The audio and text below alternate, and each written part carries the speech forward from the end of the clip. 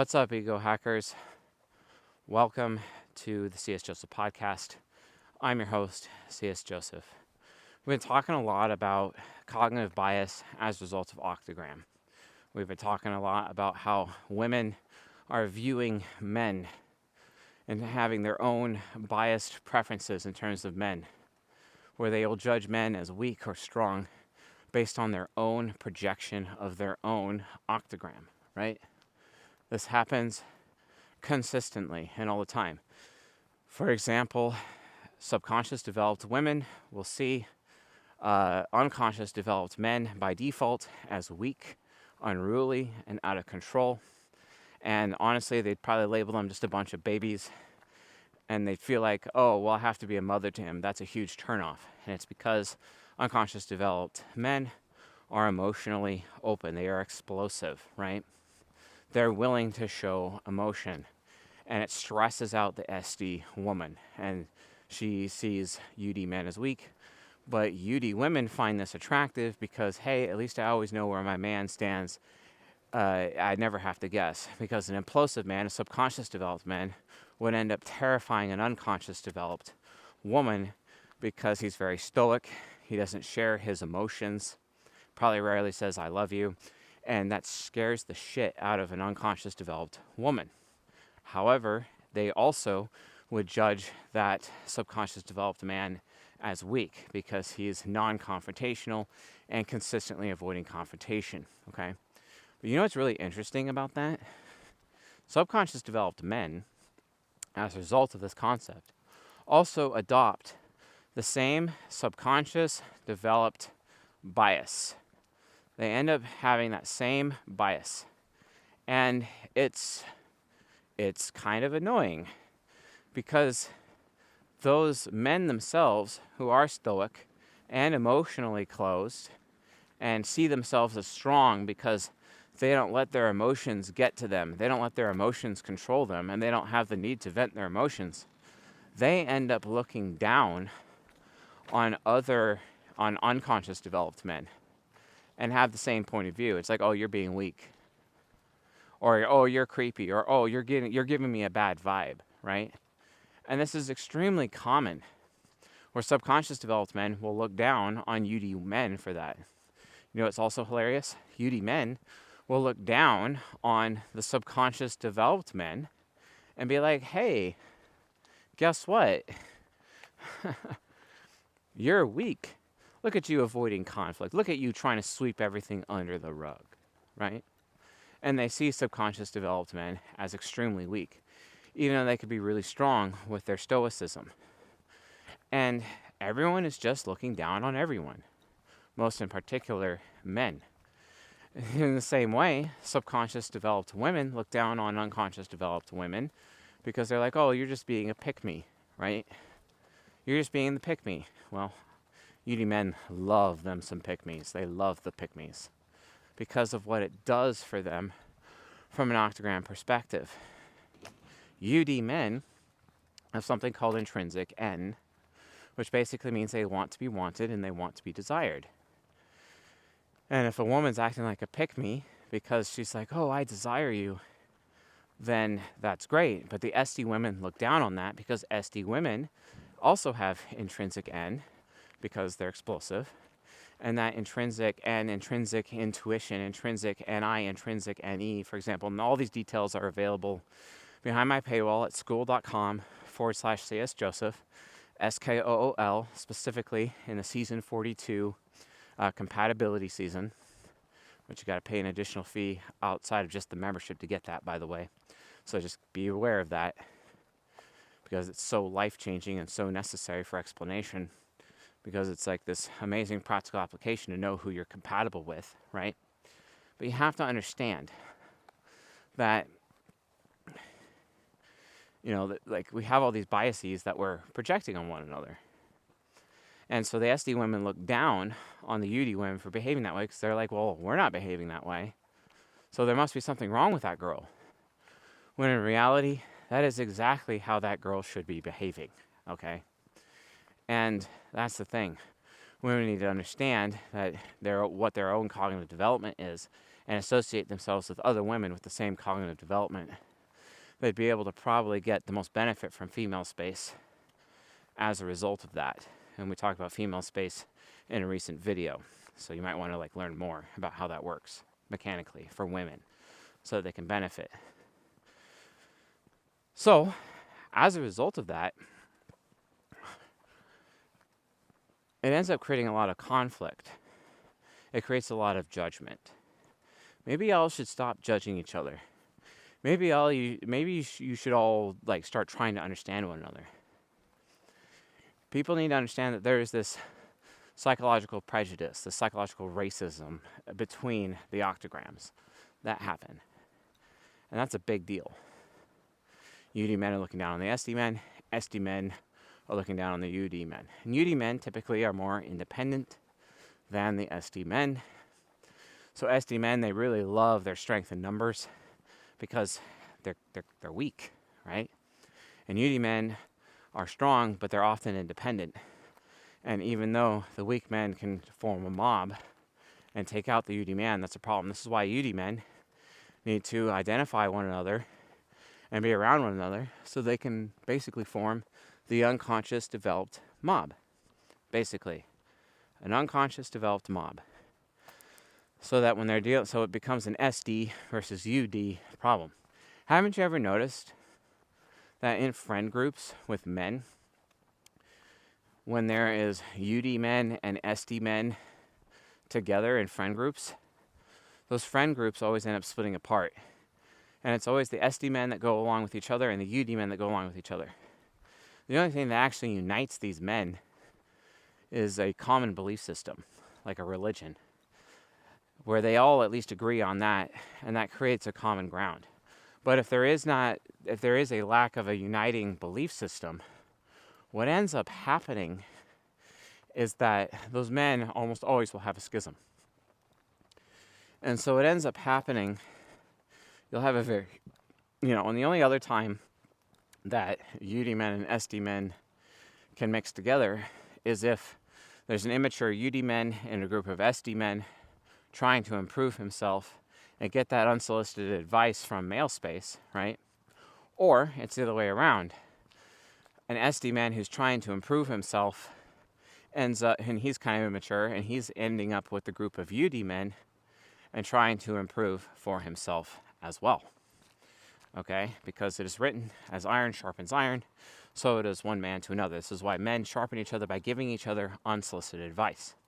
But if you have an equal amount of SD to UD men in a group, and they also have equal maturity, the group eventually will have extreme conflict and will break apart. This is why you have to have a unifying belief system. I actually recently organized a group of people for political activism. And eventually, this group was run by UD men. The people at the highest level of authority were UD. But it ended up creating a schism anyway. And basically, it was 50% unconscious development, 50% subconscious development. Everyone had, in general, the same level of maturity, the same age, basically. And they all just kind of broke apart. And it completely fell apart, and they couldn't go anywhere. And the main reason for that is because they had competing belief systems. They did not have one unifying belief system. This is why the most successful cultures in the past, they have a unifying belief system, like the Vikings. They were very successful in conquering things and waging war and raiding, and they were pretty successful as a culture for a while. Why? Because they're all heathens. Because they had that pagan heathen philosophy, that belief system, their religion.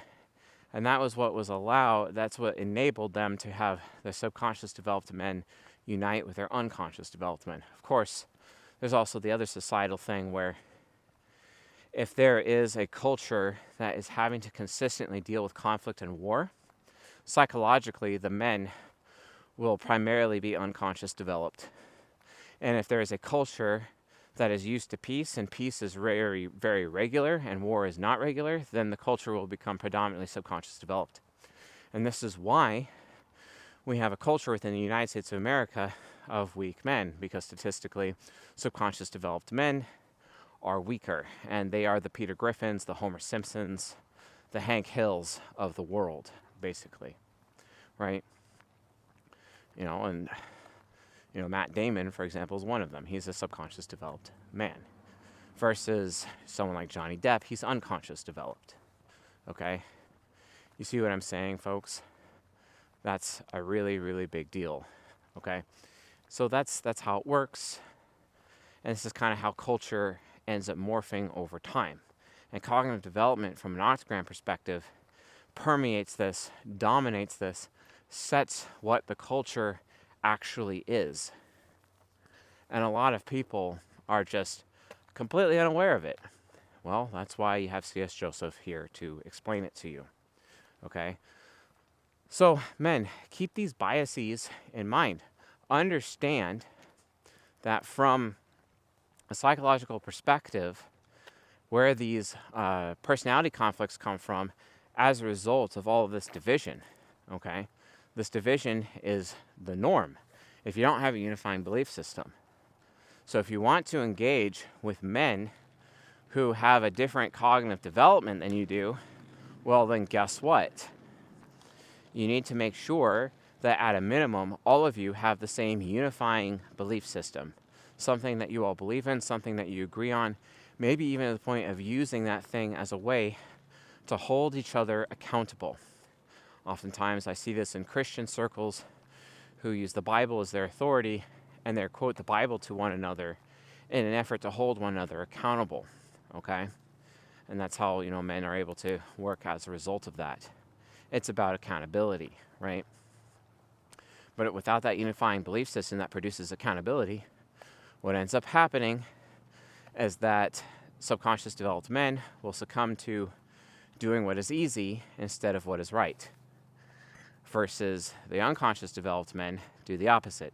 They succumb to doing what is right and not necessarily what is easy. And because of this, this creates a big divide between the two groups.